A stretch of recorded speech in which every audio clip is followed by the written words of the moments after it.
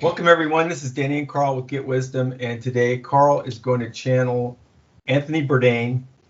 And Anthony had his own TV show, and he was a foodie guy who was very successful, very popular all over the world, not only in the United States, had quite a following. He was supposedly committed suicide, and there was some debate about that, which kind of got my interest. But this is part of our channeling series, which Karl and I get together about once a week, and we pick out somebody to do a channeling of. And so today it's Anthony Bourdain. So thanks for joining us, and thank you especially, Karl, for doing this with us. We'll have a little conversation about what we're up to here, and then we'll get started. So thanks, Karl. Yes, thank you, Danny. Thanks for watching this. This is a big figure in popularity, and he's one of many people, some relative unknown, some quite obscure individuals who we've channeled. But the idea of it is to contribute something to the understanding of the human enterprise. We're part of a big project. It's existed for quite a long time, and it has a divine purpose behind it. This will be shocking to those with a secular view, but this is an intentionally designed enterprise to solve the problem of evil that has been going on for more than 100,000 years in the current go-round. We've had previous iterations. So our purpose in this channeling series is to talk to people who have come and made their contribution or had a tragic outcome, perhaps. But all of it goes to the issue of trying to understand how to do it better and why do things go wrong sometimes, and what's this all about? What's it for? Where are we headed? And to learn about the doings of those in power and those who want to aspire to power, and learn something about the foibles humans run into from their own makeup and how they get that way so that we can do it better. We can figure out how to live our lives more effectively and how to work the levers, perhaps, if there's resources available to us we don't know about, or maybe distrust, because there's a lot of disinformation we're finding out that has corrupted thinking, corrupted our culture, corrupted our institutions. And when we go to the light, we're talking to someone on the divine level, because it turns out each human being, believe it or not, is a child of God in a very direct and meaningful sense, in being a literal part of the makeup of the divine consciousness. We were created as little offshoots, as a kind of grand experiment, to be an independent outreach from the divine and a kind of entity of its own that can act separately. So this is a bold new scheme. This is what the free will and free agency of humans is all about, that launching. And the idea was to come up with new variations on the theme, variety, add variety through having unique experiences.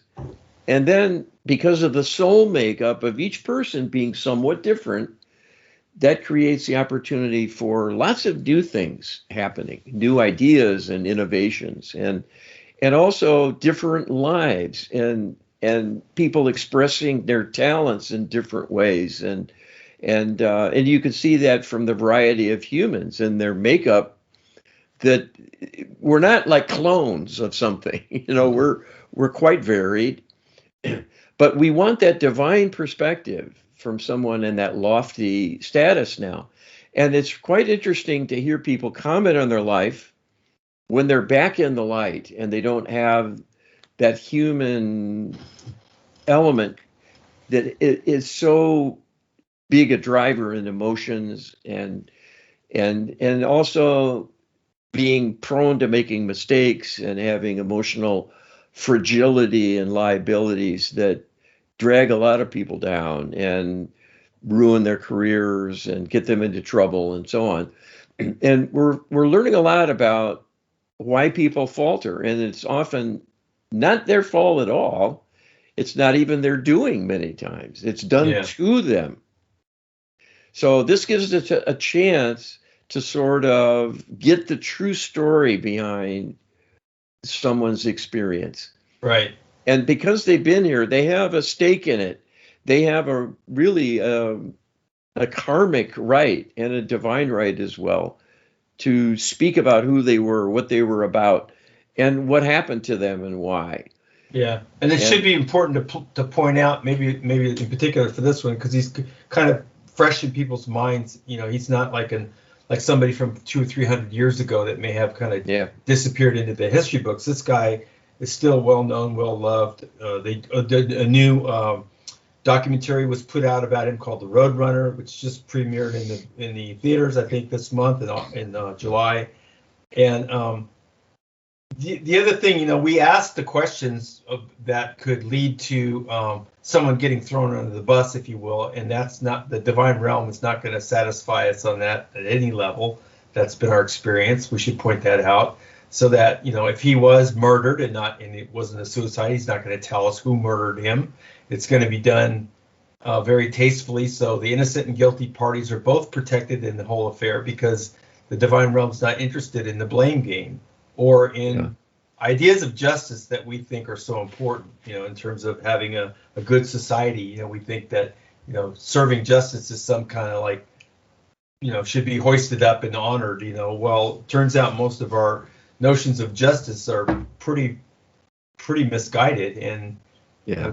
And our notions of justice have contributed greatly to the problems still existing in the world. So they gently point that out for us in this channeling series. So Anthony Bourdain as a light being is not going to be pointing his fingers. That's been our experience anyway.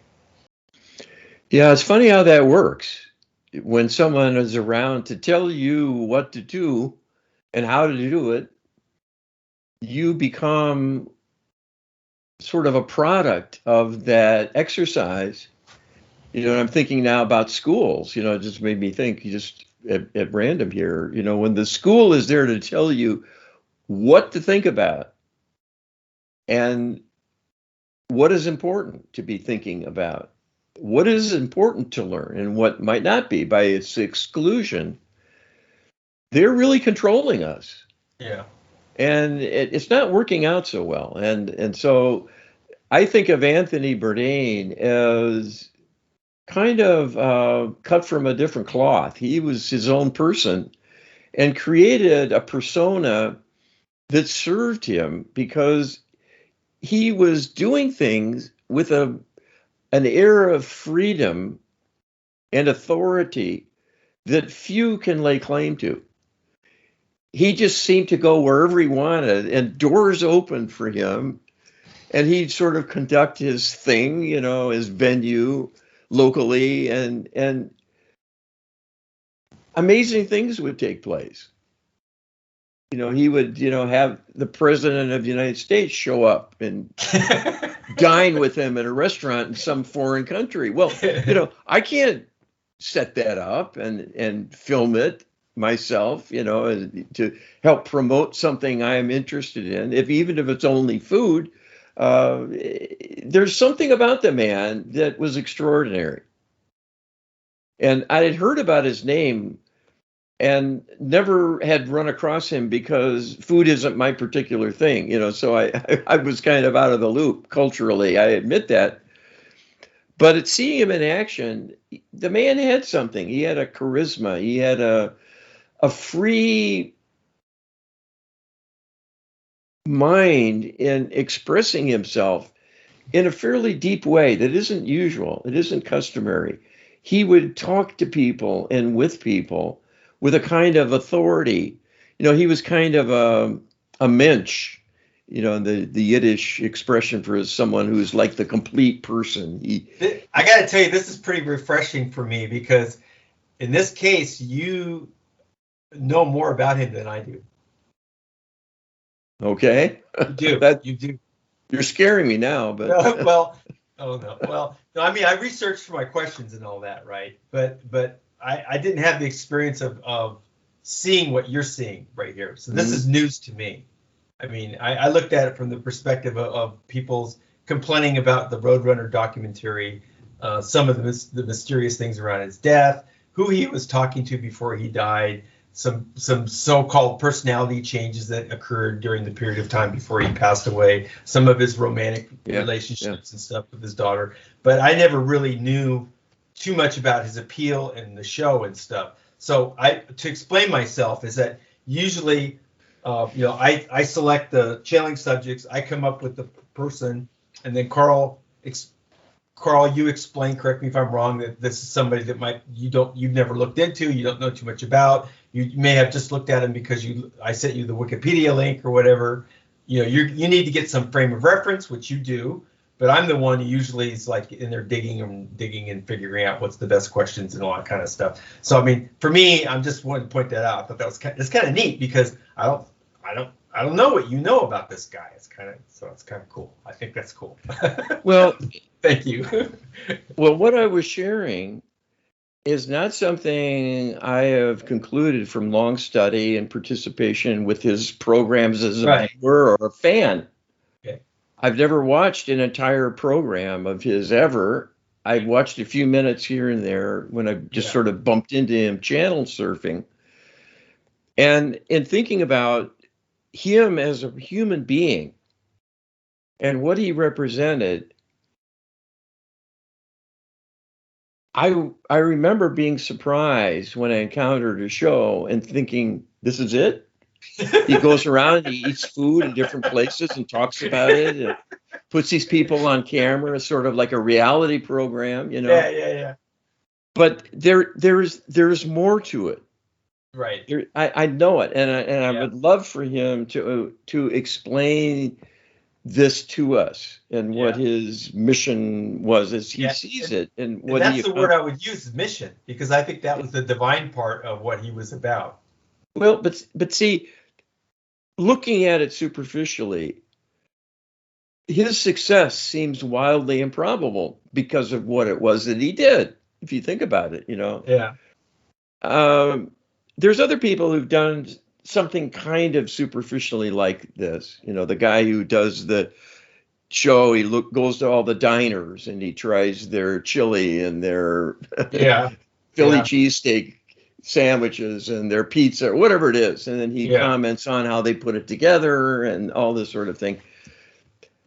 But Bourdain was something more. He had a way of talking with people in a deep sense. There was a deep affinity for people that he had within him, because it wasn't just about the food. He drew in, it was like the people that he shared it with was as big an element. That's what struck me. Right. And so, you know, that's not a very deep insight, but but I think it's valid. So I'd like him to comment on what he was after and why he came up with this concept and why he was so successful at it. I think there's more to it than just he was an entertainer.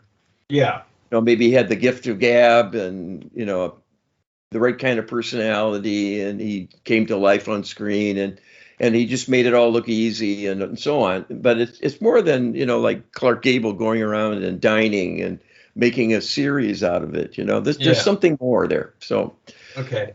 And I think the idea of something behind his passing is important as well. Yeah. And so I think we'll hear about that. And I think there's a bigger message for us and for humanity behind it all. Yeah. You know, and maybe apart from what he was doing with his programs and the promoted content. Right. You know, right. I mean, the food show is a food show in a sense. Yeah. But I think he was, in his way, kind of bringing the world together. It was interesting. Yeah. Because he showed that commonality of human experience. Yeah. You know, we all have to eat to live, and how we go about it says a lot about our culture and our habits and the day-to-day workings of society are all built around human needs in one way or another. So it's not a small thing. So we'll see what he has to share with us. He wasn't visibly in a controversial arena at all. But the interesting thing that we've come to learn about the human enterprise is we happen to all be warriors for the light, working against the forces of darkness. Think about that one. Yeah. I mean, it's like we're all in a Star Wars movie that hasn't been written yet, the screenplay. We've had the previews in that series itself, but we're all caught up in a drama and we don't know it. Yeah. So this will be interesting. Okay. All right, let's do it. That's my prediction. So okay. And that's all I know, really. You know, I've seen a few snippets of his show, and you know, that's really, I know about his background a little bit from Wikipedia. That's yeah. So okay, we'll talk to him and let him speak for himself. Okay, sounds good. All right, so I'll do my thing.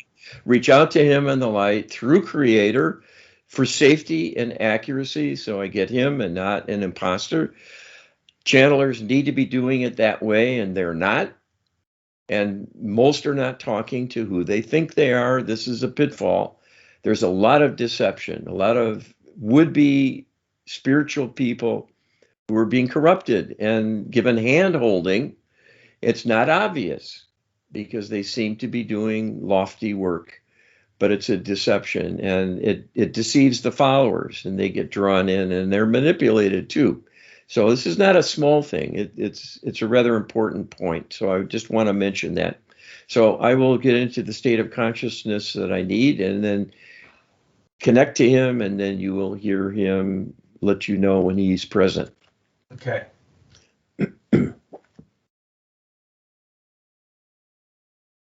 This is Anthony Bourdain speaking.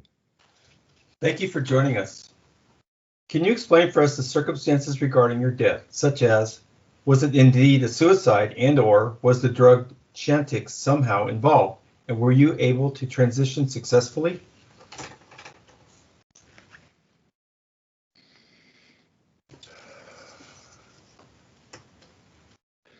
My death was not a suicide, and there were no drugs involved, prescription or otherwise.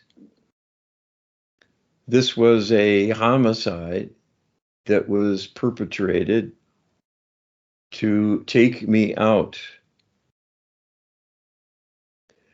And I did need a rescue following my passing.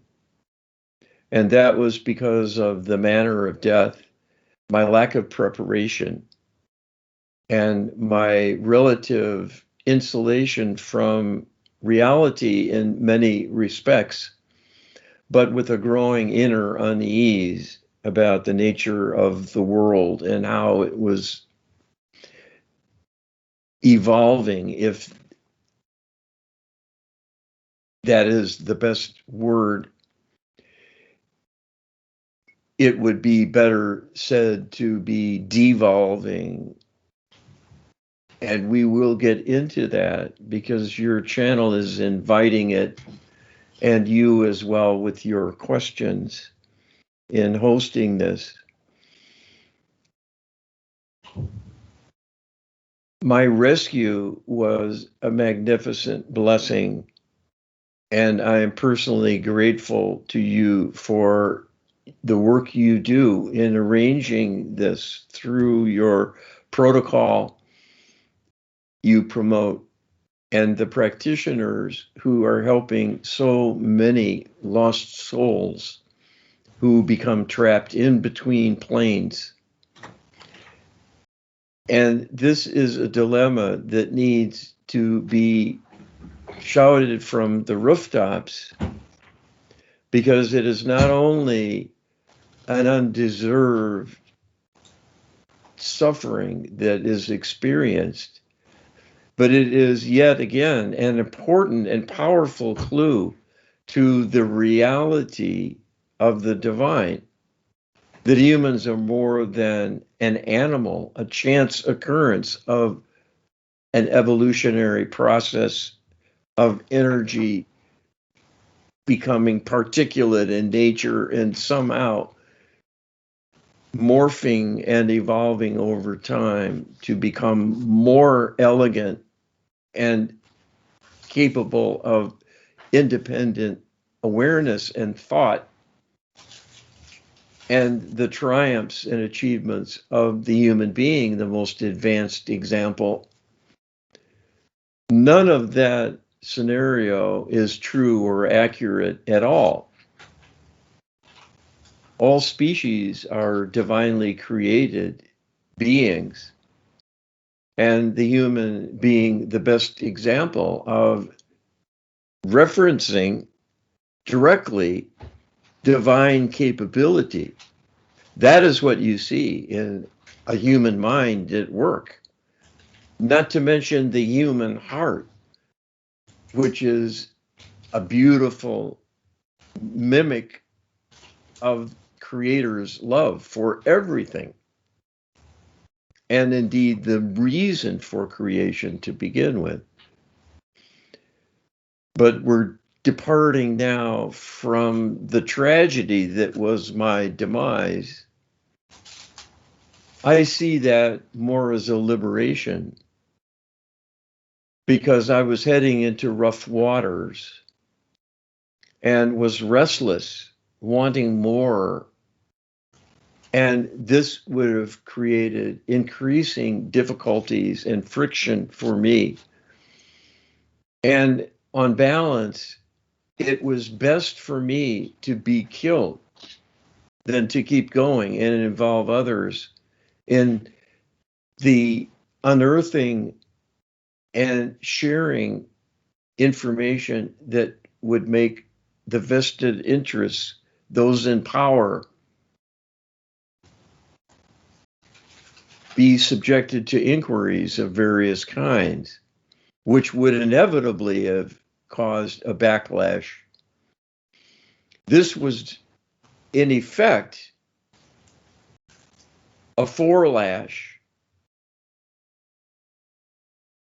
a planned, targeted killing to render me inoperative, take me out of the picture, to silence me, and to prevent what was coming. I was planning a series of programs to be a kind of deeper investigation of things, a kind of expose. And that was the reason I was killed. It was staged to appear to be a suicide. Because after all, only an act of irrationality would cause the death of someone who seemed to be living a good life, and one that was only a positive influence, a kind of entertainment, and not controversial. And I had no other entanglements or liabilities or history of difficulty. So it would only seem to be the result of a temporary aberration of thought. And goodness knows that happens with regularity to so many people. It is commonplace. And it is always shocking when someone of prominence makes that choice or seems to. But what is not appreciated is that in those instances as well, as likely as not, the individual was driven to choose that demise through a manipulation. And they were not their true selves in carrying out the rash act that ended their lives. In my case, this was an instance where I was, in effect, switched off to become quiescent and robot-like, and was unable to resist what was being done to me. This is a neat trick, and is easy to do if you are an extraterrestrial being. And that was what happened in my case. I was killed by extraterrestrials assisting with management of the human enterprise, which is what they do, working from behind the scenes. So that is the story in a nutshell, and why this was such a shock to the world, because it seemed to come out of nowhere without advance warning, and indeed is accurate up to a point.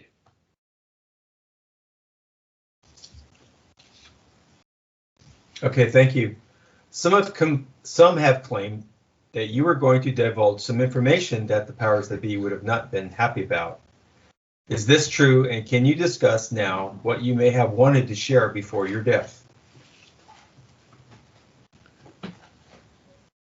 On one level, thinking back to our perspective as a human, we would love to point fingers and name names and shout out to you all the lines of evidence we stumbled upon that were deeply disturbing and were giving rise to some creative thoughts and impulses within about the wisdom in pursuing a kind of different focus for my wanderings than simply enjoying the fruits of the culture and spending time with many kinds of people.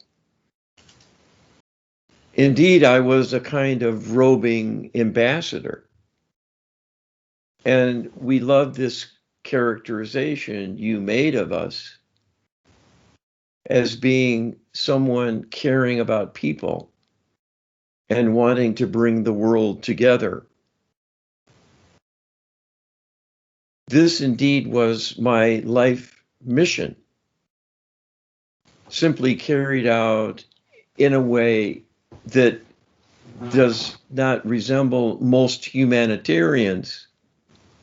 But we can tell you that everyone from the high and mighty to the court jester has a divine role to play.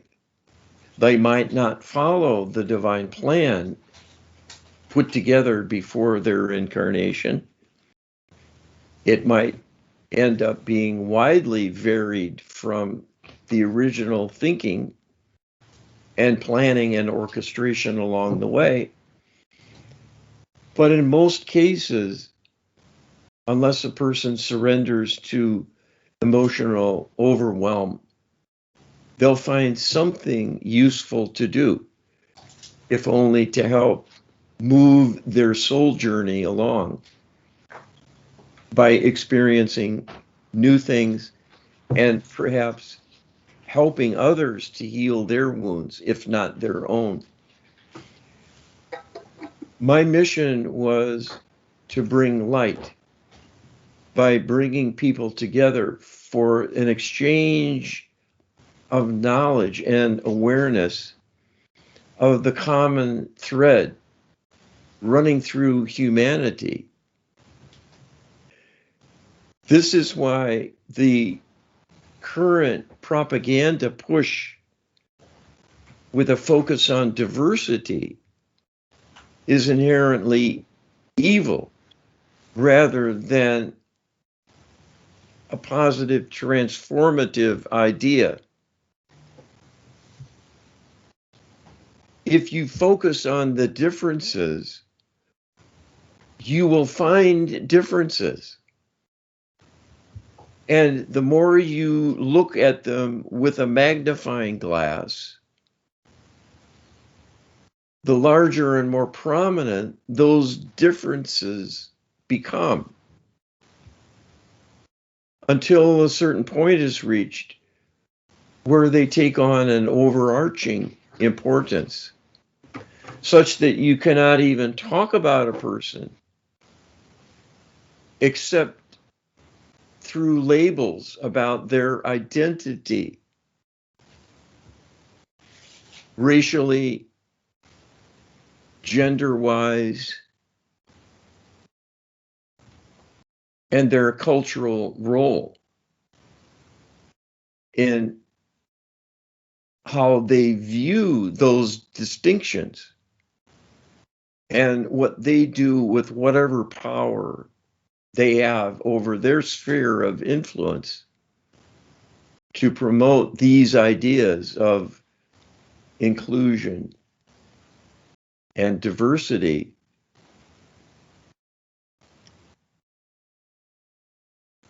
The world is comprised of different individuals because they were created to be different. But those differences are fewer than the common elements.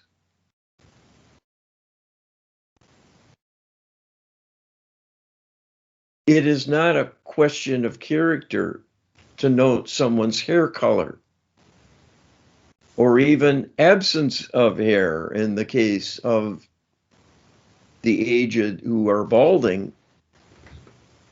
That too does not change their character or reflect their character in any way. It is a biological characteristic only. It is trivial in the scheme of things. The same is true of gender. It is how you see it that matters in terms of whether you make this something that brings people together or separates them into categories. I came into the world with a charter to bring people together. And I floundered quite a bit along the way, as many do, with diversions, with mistakes, with vices of various kinds that rendered me less efficient, less capable, less focused, and less successful. And I finally hit my stride with my career in promoting myself in the concept of embracing that interest in cuisine that was a strong thread through my lifetimes. If you think about this, there is a certain logic in why someone interested in cuisine could be a roving ambassador for the light. All need to eat. It is something that brings people together for a reason. The act of dining is deeply rooted in the human psyche and many, many lifetimes of shared experience. Because the dining experience is at once a physical imperative to sustain life itself. And although we take it for granted in a modern era where much of the world, although far from all, has enough affluence at least to put food on the table, in actuality, everyone is only a few meals away from starvation and death en masse at the whims of those who could control the food supply and limit it totally,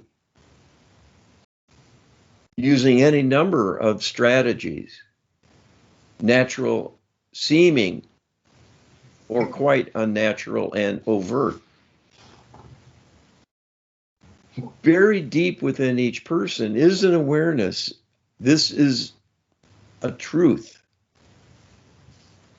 Food is precious.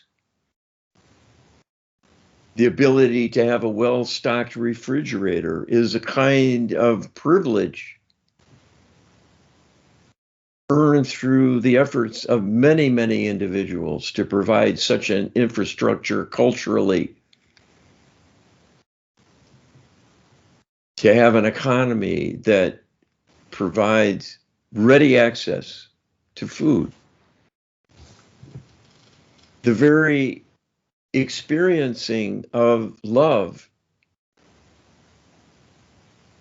for the infant comes through nursing, the ingestion of life-giving food, with the mother's energy conveying not only calories, but a shared divine love coming through the mother to the baby. And all lifelong thereafter, the act of ingesting food is a recapitulation of that active nurturing, a loving kindness that is sheltering and uplifting. This is mimicked over and over within the family unit,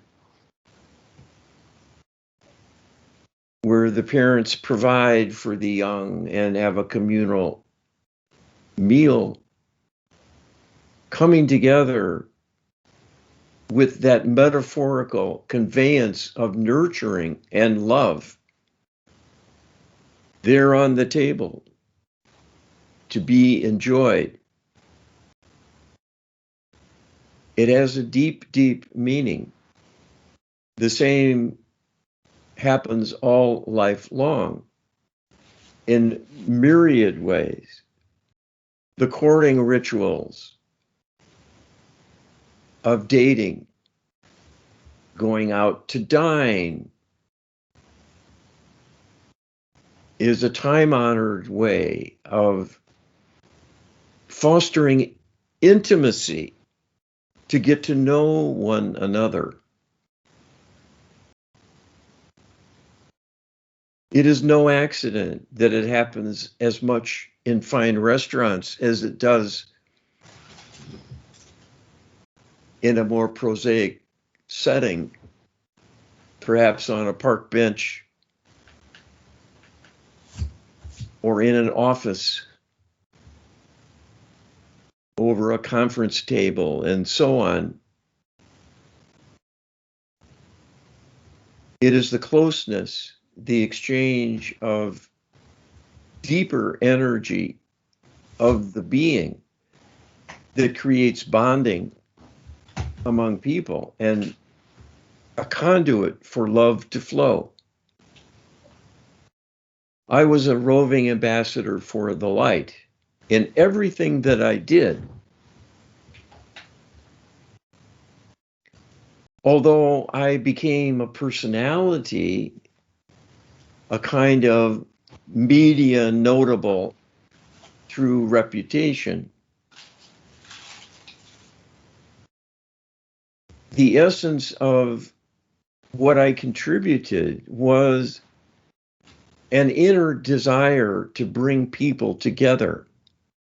And this I endeavored to do with my guests and my hosts as I traveled around the world and was invited to many settings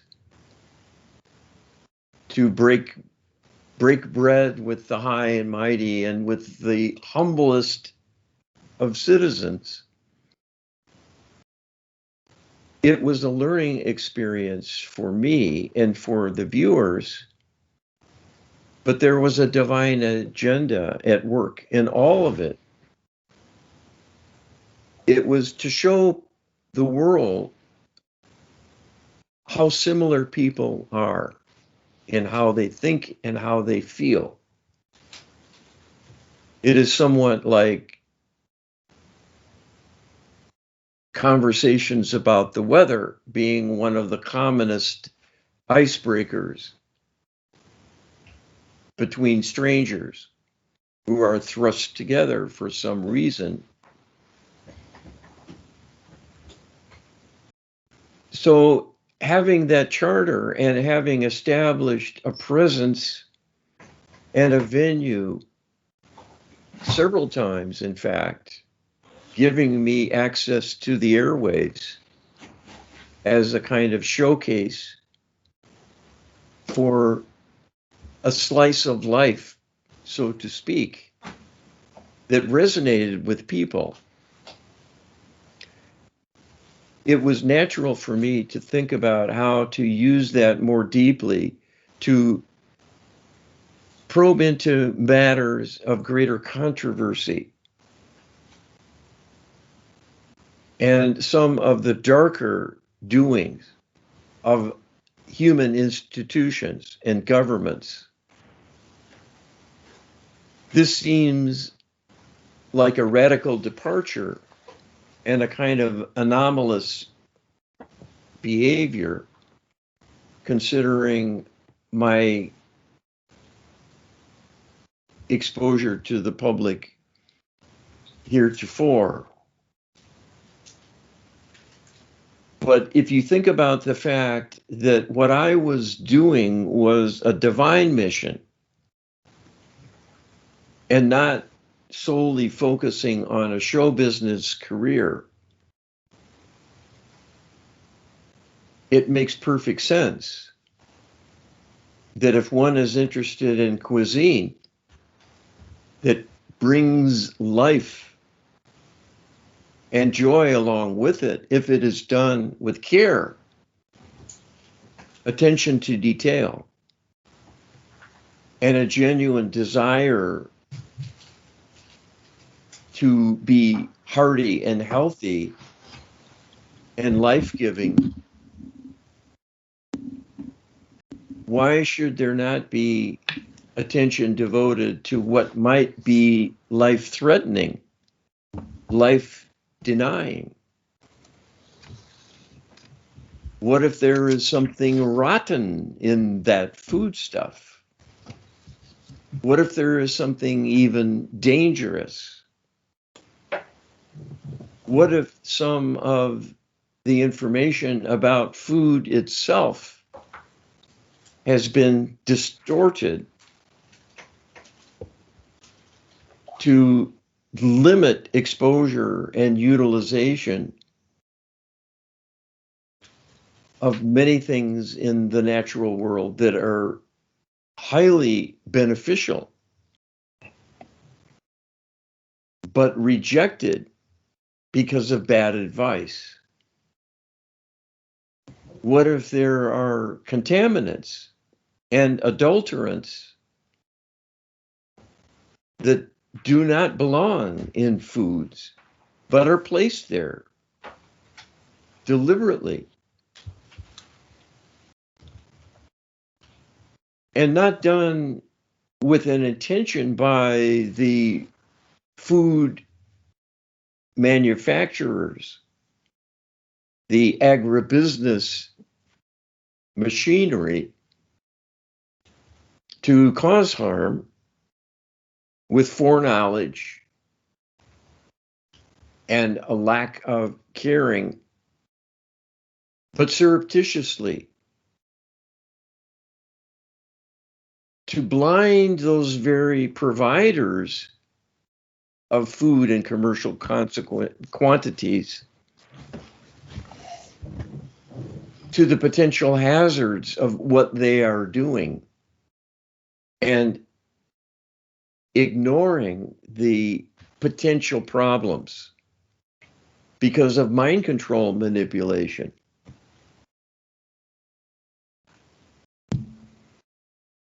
Not to mention the distortions of the medical establishment in giving nutritional advice. And only when scientific data become overwhelmingly opposed to the prior recommendations is there any change at all in the nature of the advice given. And then often, even when this happens, it is done with no apology, no serious discussion and examination of how it came to be that everyone was so misguided, putting their trust in opinion leaders who were ill-informed themselves.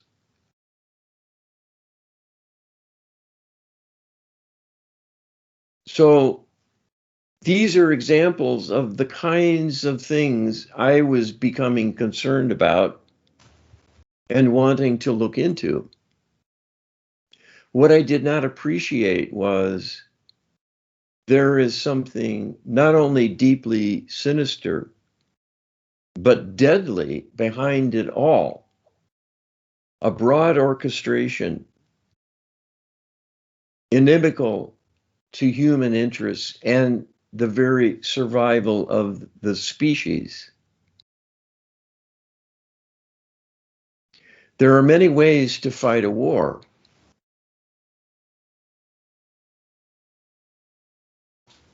There are ways to kill with bombs and guns.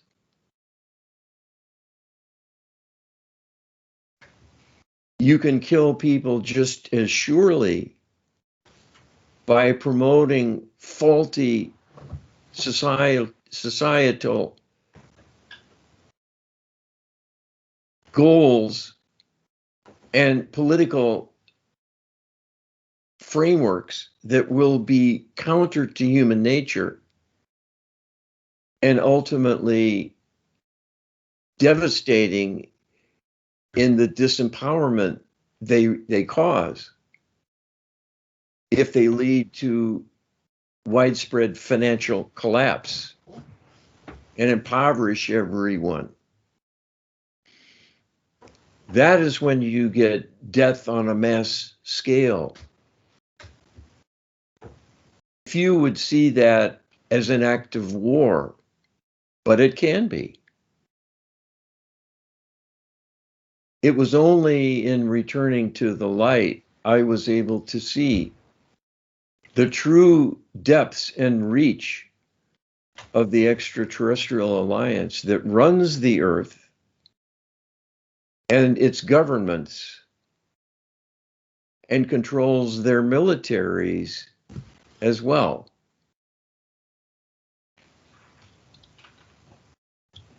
This most would find shocking and unbelievable,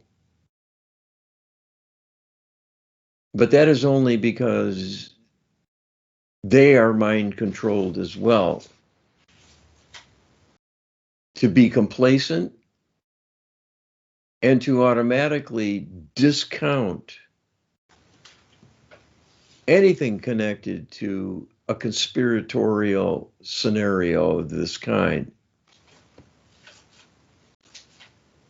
That is the power of mind control, to govern thinking, to inculcate beliefs deep within the innermost parts of the mind and render people essentially mindless in a certain sense, able to think about themselves, the routine needs of their day-to-day existence, but yet to be blithely unconcerned about the bigger picture.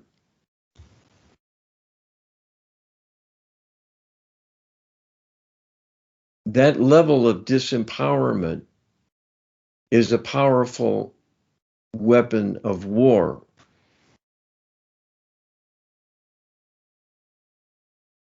You need not fight a war if you can make your enemy complacent and immobilized. You will be the winner without firing a bullet. If your propaganda tools are powerful enough, you can even get them to fight amongst themselves and kill each other off. This is what is happening in the world.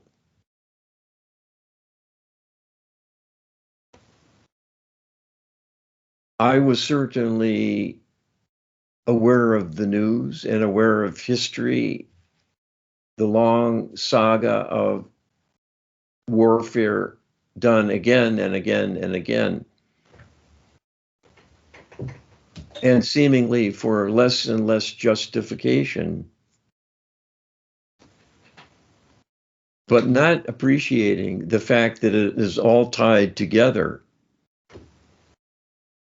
It is not simply the case that some countries are backwards and others more developed, but not willing to take any guff from them and willing to put the muscle of their military behind it if they create any kind of threat. This is how wars get going. They are orchestrated to happen. They are not human choice. They are chosen by your interlopers who control you. And you fall into line and follow the cultural imperatives of the day. Largely what you hear through the media about how you should react. Those prescribed roles are acted out for you by the talking heads on your screen. You take your cues from them. Having been primed all day long and all night long, deep within your subconscious, about what is expected of you, what you need to believe fervently and support with your money and your time and even your life itself, if called upon. And what is truly nonsense and insignificant and misguided and perhaps dangerous and false, you need to dismiss, discount, and ignore totally. This is a world of robots. They have made you this way. They've created labels for you based on your inner leanings you will self-identify with, and then dutifully follow the prescribed marching orders for those particular groups that conveniently have been engineered to become warring factions that hate one another, mistrust one another, and will seek the destruction of one another if that can be brought about. This could be through an orderly process, done through legal means, or large enough protests and social unrest to muscle the message into prominence and eventual adoption by the institutions. Or it can be done through engineering chaos and a period of lawlessness that becomes so savage, people will do almost anything to get things back to a semblance of normality. All of the above happen again and again. It is an ongoing enterprise and a source of entertainment and delight to your overseers. You are essentially all slaves, owned by your masters, the cabal of dark spirits and the extraterrestrials who command them, and many human minions, including a bloodline through interbreeding, who are loyal to the extraterrestrials as well, even though totally human in appearance and in many positions of prominence in society. There are many extraterrestrial imposters in positions of authority to control things. You are the slaves, living with an illusion of freedom. And that is because they can let you have freedom to come and go, choose your profession, and so on. Because in the end, everyone is working for them. So it helps them to have a variety of choices so that all those functional roles are taken up and satisfied by humans and human choice. But you are nonetheless serving a slave master in all you do. We know you do not want to hear this. It is at once outrageous and deeply disturbing. The very idea of it is offensive and repugnant.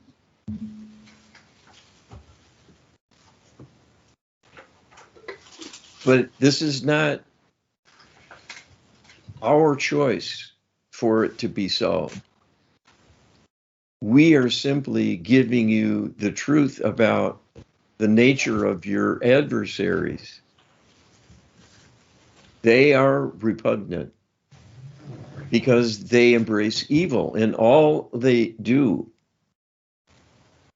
And that is because they are loveless. They are atheists who have renounced divinity and given up any link to what is divine.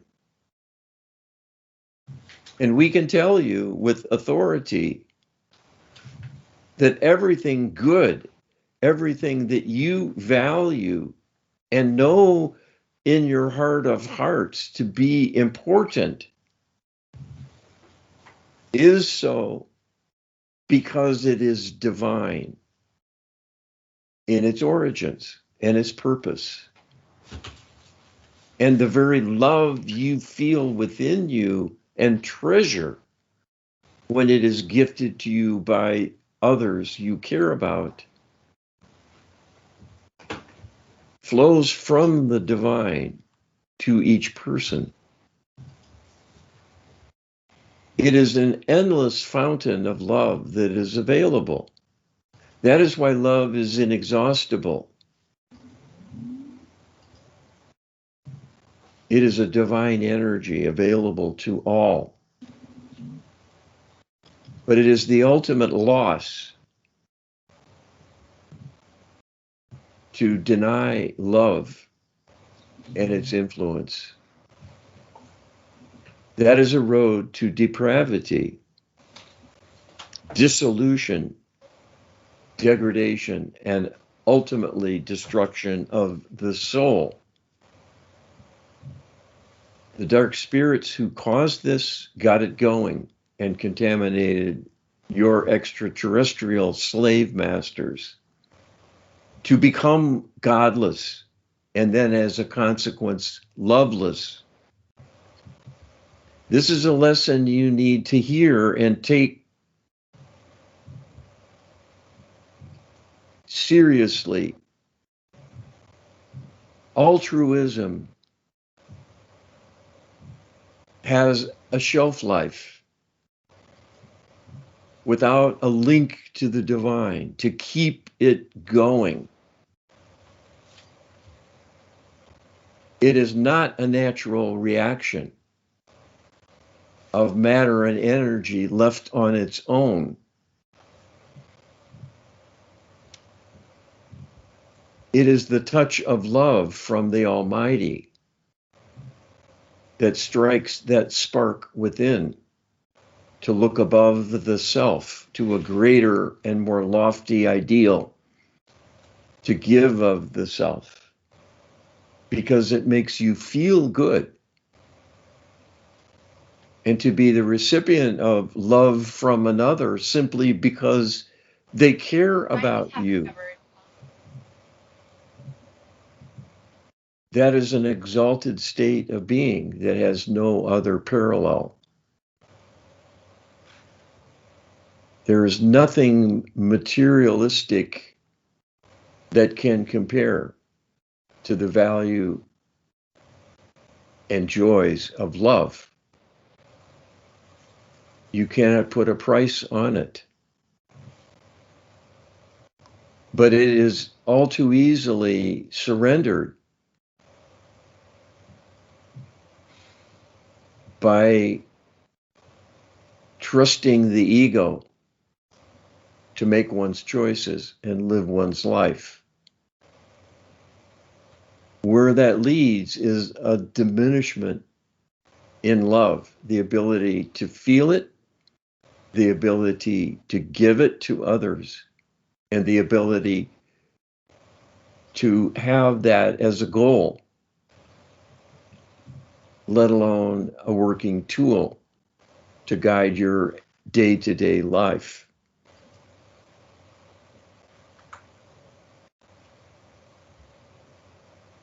That is what I was sensing, if only indirectly, in my interests as a human being, and could have been a further force for good as a spokesperson for truth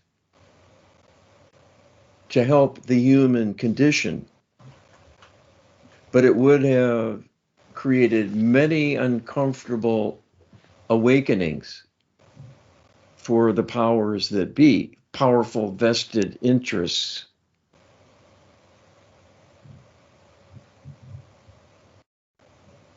The agenda underway is to diminish and destroy humanity. Someone who wants the world to be healthier and happier is working against that agenda.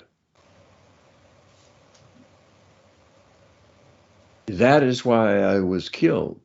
Not because I was so very important,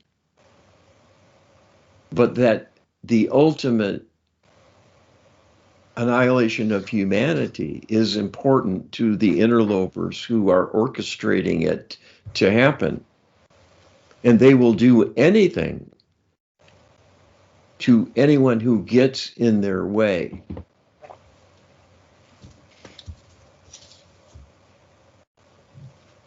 Okay, thank you. If you could have returned to anonymity or reversed your fame, would this be something that you would want to do? If so, why?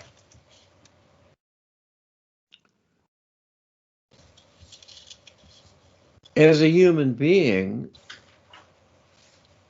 I had great trepidation about my visibility and the power this gave me, because I knew as I embraced more controversial things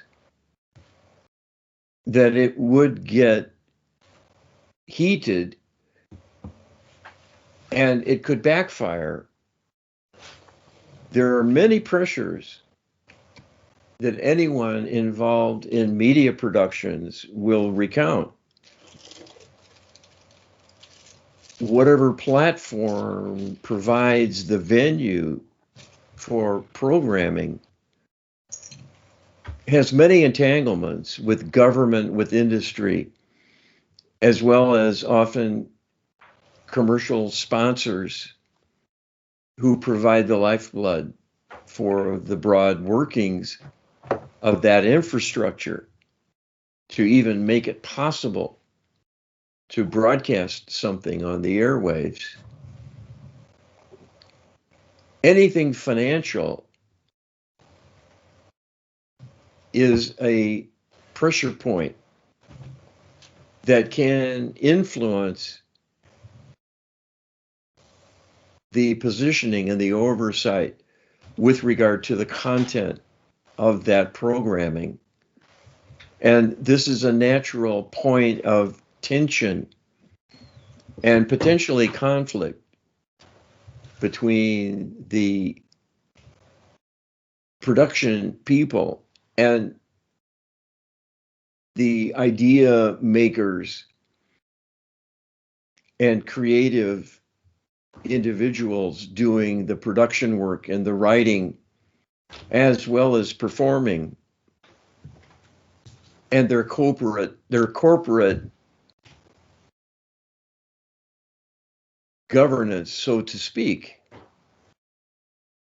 That is not too strong or too harsh a word, because after all, you are relying on their playground, and they have their own rules, their own priorities, and so on. What this means is that the world has become increasingly distorted to only allow what is politically correct and what is financially correct and culturally correct to the interlopers and what they want to see humanity doing, as well as not doing. They work tirelessly and relentlessly to limit what is healthy and uplifting and inspiring, and promote what is dark, what is limiting, what is dangerous and destructive. They dress it up to make it look exciting and intriguing in portraying the life of the drug dealers, for example.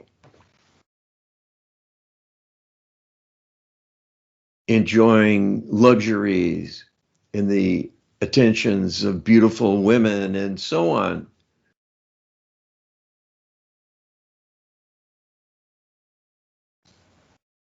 And even though there might be a reckoning where the law enforcement power is brought to bear and seemingly justice served to rein in the lawbreakers, the message is not lost on the viewers that life can be quite exciting being a criminal.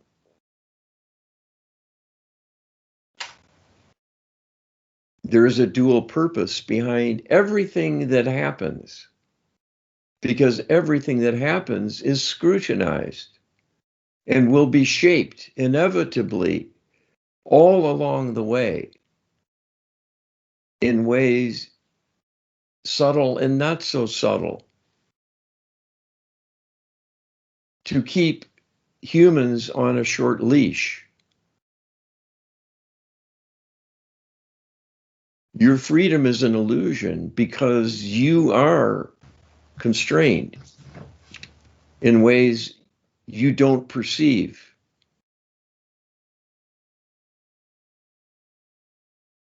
When the entire world itself is a prison encampment, what this means is freedom is non-existent, and you only enjoy it in relative terms. You might not be locked in a cell, but as a free agent, seemingly, you are more like a trustee with greater privileges, but only the ability to move from one cell to another and not realize you are being monitored and you are being manipulated from within your own mind to march to their drummer with your likes and dislikes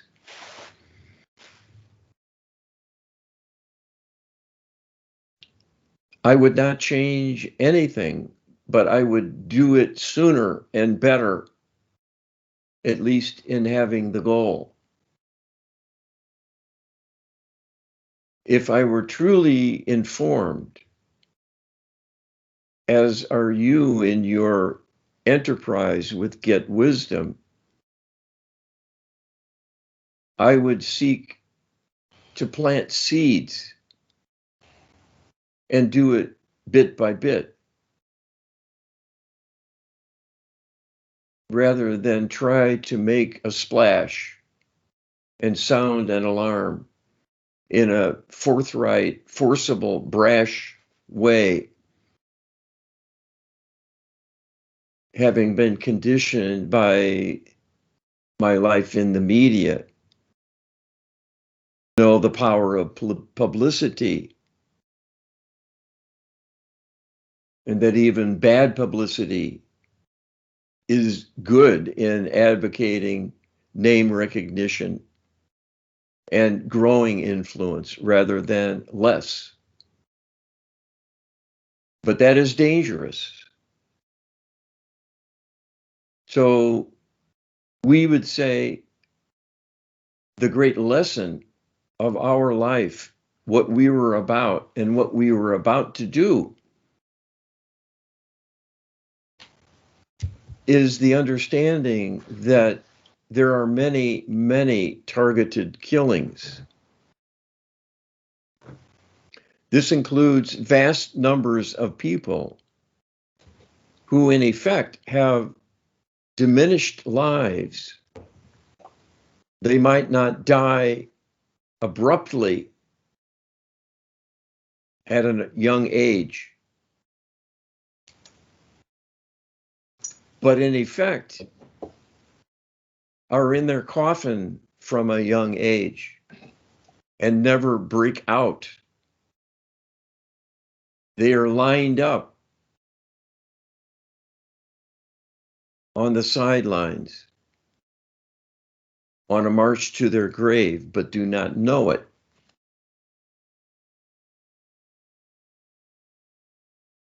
They have meager lives, little or no influence on anyone else, and fade into obscurity.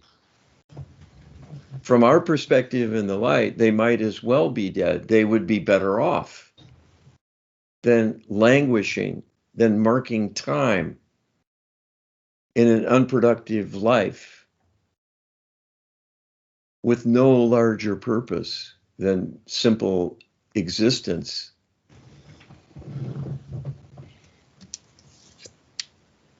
So when you hear of someone dying unexpectedly who is the center of controversy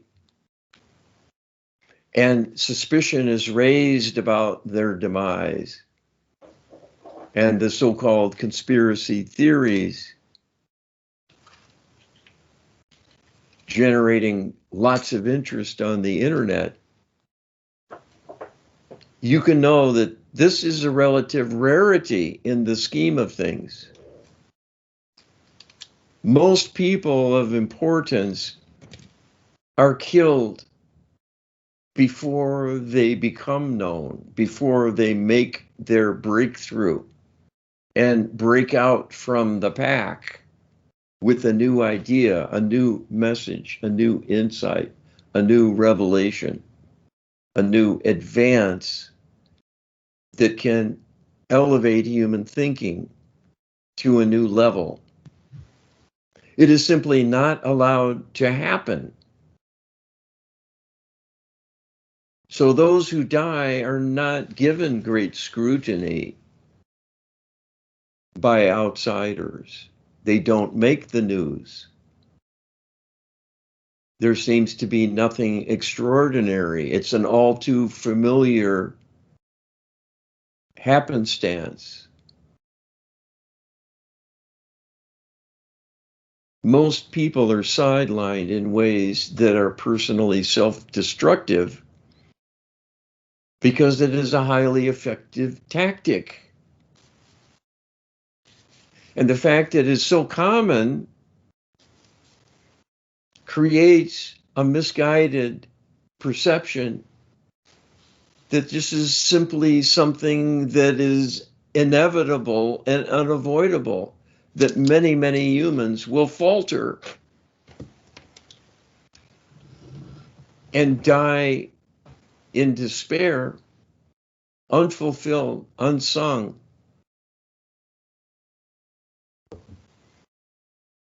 And unsuccessful. That is not what you were designed to do, nor capable of.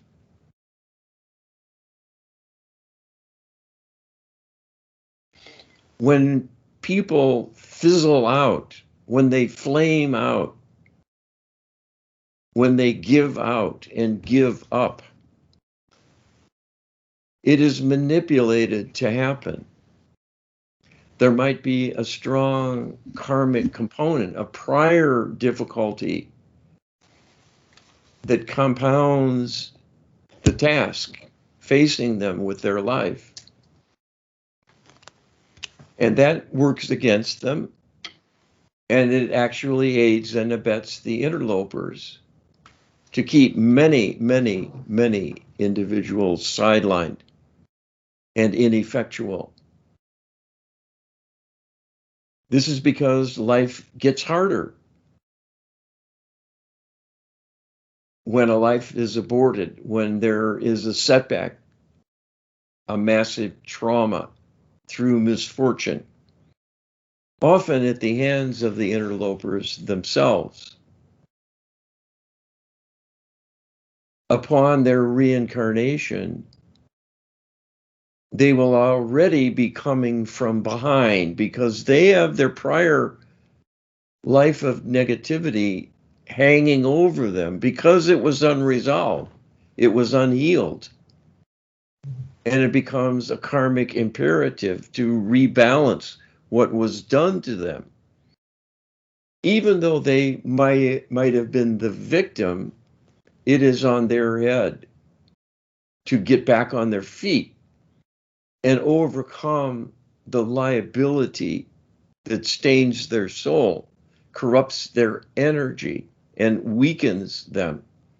Because the deep subconscious of that young infant will know it had other lifetimes of torment, pain, and suffering, and will be worrying about that, lying in the crib, not fully understanding what they are witnessing, but knowing they're back into that same world that caused so much pain to them.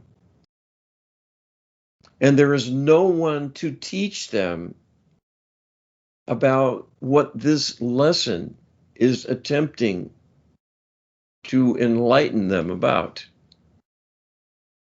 It is simply a warning. There is work to do. They need to begin a healing journey with at least some of their energy to prevent things from repeating themselves, reoccurring, and being dragged down yet again. It is not an accident of history that humans are so in the dark about the way the world really works and the universe as a whole. The role of karma is huge in everything. And yet education is focused on trivialities, not on things that can truly help you. It is a diversion and a disempowerment. It takes your focus during your most powerful and productive years of youthful vigor and keen intuitive perception and squanders them on pointless drills in drab settings of regimentation and an inhuman constraint to the young who are filled with energy and bursting with vitality and eagerness to explore and experiment and to take command of things and try their hand.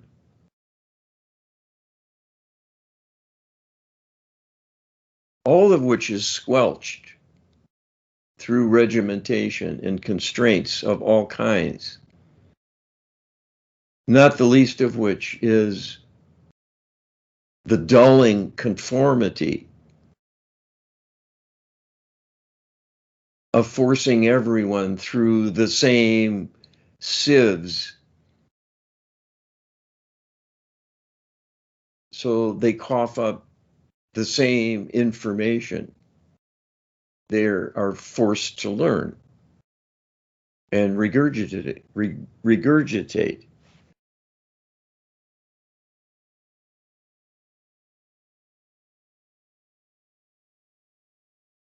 So what we would say is, there is a path for you.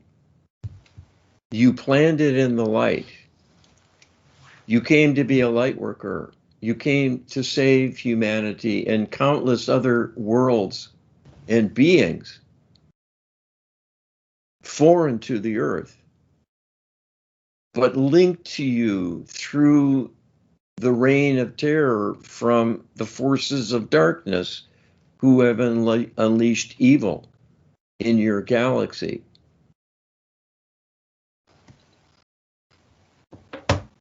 The choice is up to you, what you do about this fact of existence. You choose what role you will play.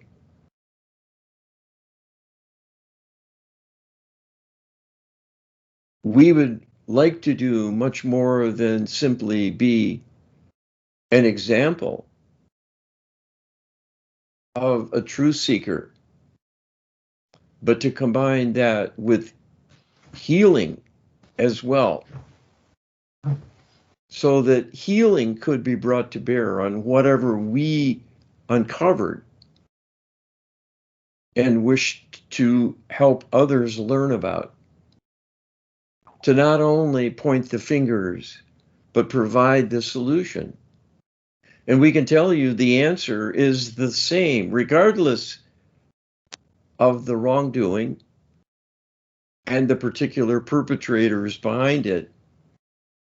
The solution is always the application of loving kindness through divine healing to raise them up. It is the ultimate answer for the perpetrators and their victims as well.